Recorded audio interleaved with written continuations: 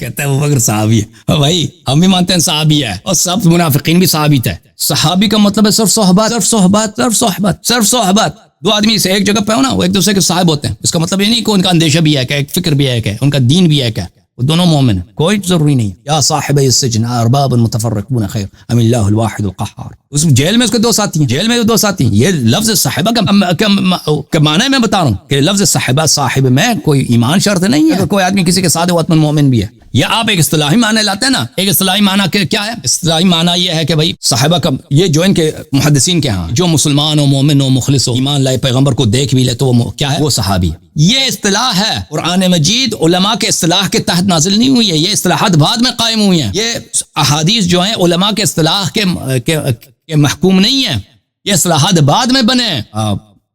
तो ये तो वाज़ेह बात है। हम देखेंगे कि इस लफ्ज का मतलब, लफ्ज साहिबा, लफ्ज सोहबत का मतलब रसूलुल्लाह सल्लल्लाहु अलैहि वसल्लम के ज़माने में क्या? रसूलुल्लाह सल्लल्लाहु अलैहि वसल्लम के ज़माने में मैंने वाज़ेह तौर पे दिखा दिया कि पैगंबर इस लफ्ज को मुनाफिक के लिए, मुर्तद के लिए, जहन्नमी के लिए उन्होंने इस्तेमाल फरमाया मुतअद्दिद अहादीस में। अच्छा, अभी कोई कॉलर लेकर आते हैं। भाई कॉलर कौन है? अच्छा, किसको लेकर आए भाई? चलो, ये लड़का जो है मौलवी लगता है, मुंडाल जो है ना मौलवी लगता है। अस्सलाम वालेकुम। वालेकुम सलाम व रहमतुल्लाहि व बरकातुहू। क्या हाल चाल है? ठीक है भाई, खैरियत से हैं? अल्हम्दुलिल्लाह अल्हम्दुलिल्लाह अल्हम्दुलिल्लाह। आप कैसे? अल्लाह ताला का एहसान है। Thank you sir. जी, हम कोशिश कर रहे थे कि पहले हफ्ते आपसे जुड़ पाए। कहाँ से कॉल किया आपने? हिंदुस्तान से हैं? वैसे हम हिंदुस्तान से, बम्बई किस शहर इलाके से? बम्बई से। बम्बई, अच्छी बात है। गुजराती हैं? जबान आपकी गुजराती है? नहीं, ये आप, वैसे तो हम बंगाल से हैं। अच्छा, में हमारा खानदान पकड़ लीजिए 3 पुश्त से रह रहा है। Okay okay sir. लेकिन गुजराती समझ सकते हैं, मराठी भी। यहाँ तो कौमी जुबान तो यहाँ मराठी है। अच्छा, नाम क्या आपका? नाम क्या है भाई साहब? मेरा नाम महमूद अली है। महमूद अली, हुक्म क्या है? क्या हुक्म है? कोई हुक्म करें? हम क्या जी, हुक्म था पहले हफ्ते में ही आपसे जुड़ने का ख्वाहिश थी, क्योंकि हम लोगों का वैसे मेरा जो मनहज है और मेरे जो शेख है, करम है, वो मैं अपना पीर मुर्शिद समझता हूँ। वो भी शिया ही है, लेकिन एक इख्तिलाफ है इमामियों से। हम मनहज सईदिया को मानते हैं, और मेरे शेख की भी बहुत ख्वाहिश थी, गुजारिश थी आपसे एक बार एक मुलाकात हो जाए। वैसे वो थोड़े कह सकते हो मुनाजरे मुजादले का भी थोड़ा शौक रख रहे थे, लेकिन मुनाजरे मुजादले से पहले एक बार रूबरू होना चाहिए, क्योंकि बहुत सालों से मजहब इमामिया और मजहब ज़ैदिया से कभी हमें ऐसे रूबरू नहीं हुआ है। एक रिश्ता था, लेकिन वो टूट गया है। आपके जगह से कैसे होता है, लेकिन हम लोग से एक रिश्ता था, वो तो टूट गया है। किससे टूट गया? और किससे रिश्ता टूट गया? मजहब इमामिया से। हमारे जो इमामिया भाई है। अच्छा, आप पहले शिया थे? आप कहते हैं पहले शिया थे, आप मजहब का रिश्ता टूट गया, मतलब ये? नहीं, शिया तो अभी भी है। रिश्ता कैसे टूट गया? अभी भी है, लेकिन मसलक ज़ैदिया से है। हाँ, ज़ैदिया है। अच्छा, हम मसलक ज़ैदिया है। वैसे हमारे यहाँ ज़ैदिया बहुत ही कम है। मसलन बहुत जन तो छुपाते भी है, तकिया भी करते हैं। लेकिन बांग्लादेश में एक छोटी, आप समझ सकते हैं, छोटी कौम है, छोटी सी कौम है। हाँ, और मेरे जो शेख है वो भी बांग्लादेश से ही रहते हैं, बांग्लादेश में रहते हैं। उनकी गुजारिश थी आपसे एक बार रूबरू होने की, आपसे थोड़ा बात करने की। इससे पहले हमने कुछ सवालात भी हमने बनाए थे कि हमारे नजदीक इमामत में और इतना शरीक की इमामत में एक फर्क है, एक बहुत ही बुनियादी फर्क है। मसलन आपके यहाँ इमामत नस से जुड़ी हुई है, और इससे आप अच्छा, आप लोग नमाज हाथ बांध के पढ़ते हो ना? आप लोग हाथ बांध के नमाज पढ़ते हो? नहीं, हमारे यहाँ सदरी है, हम लोग खुल के ही नमाज पढ़ते। और वुजू में पैर धोते हो? वुजू में? हाँ जी, वुजू में पैर भी धोते हैं। मसा नहीं करता है। चलो ठीक है, ओके भाई जी। वुजू में पैर धोते, इसका कॉल भी हम लोग के यहाँ इमामों से ही है। हाँ। जैसे अभी आपके इमामों से है ना? आपके इमामों से है ना? अपने इमामों से। इमाम तो आप ऐसे कि 12 इमामों में, हम 12 इमामों को भी मानते ही है। जैसे सादी अलैहिस्सलाम का कॉल हम लोगों के लिए उज्जत है, लेकिन एक ही फर्क है, उनके रिवायतों में फर्क हो सकता है। इमामिया में जैसे कि मस्सा करते हैं, वैसे हम लोग ये सब मसलों में इतना पढ़ते नहीं है।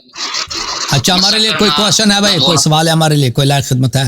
हाँ सवाल जो आज तो सवाल 3 था, जैसे कि मसलन आपके यहाँ 8वीं इमाम जो साहिब जबान है। अभी आपके कितने इमाम है? अभी आपके कितने इमाम है? जी हमारे यहाँ इमामों की तो गिनती नहीं है। हमारे यहाँ आप इस हदीस का क्या करते हैं? हदीस का क्या करते हैं? क्या अल खुलफा मिन बादी 12 हदीस का क्या करते हैं हम? इस हदीस का इससे पहले हम जवाब दें, क्योंकि हम तो वैसे तो मुहक्किक तो है, लेकिन ये जो सवाल इसका जवाब हमारे शेख देंगे इंशाल्लाह। हम कोशिश करेंगे कि उनको इस हफ्ते में ही सैटरडे कह सकते हैं, उनको जोड़े, वो अच्छे सवाल दे सकते हैं। वैसे इस हदीस का तो माना तो 12 जो जाबिर इब्न अब्दुल्ला की जो आप हदीस लोग है, इमाम हसन मुश्तबा अलैहिस्सलाम को इमाम मानते हो नहीं मानते? जी हमको बेशक हम उनको इमाम मानते हैं। बहुत सारे ज़ैदी नहीं मानते उनको, कहते हैं उन्होंने सुलह किया था ना। नहीं, इमाम हसन मुस्तफा को तो हम लोग पकड़ लीजिए इमाम अलैहिस्सलाम के बाद तो उनको मनसूस मानते हैं, मनसूस मानते हैं, गैर मनसूस मानते हैं? जी हम लोग मनसूस मानते हैं। कितने इमामों को मनसूस मानते हैं आप?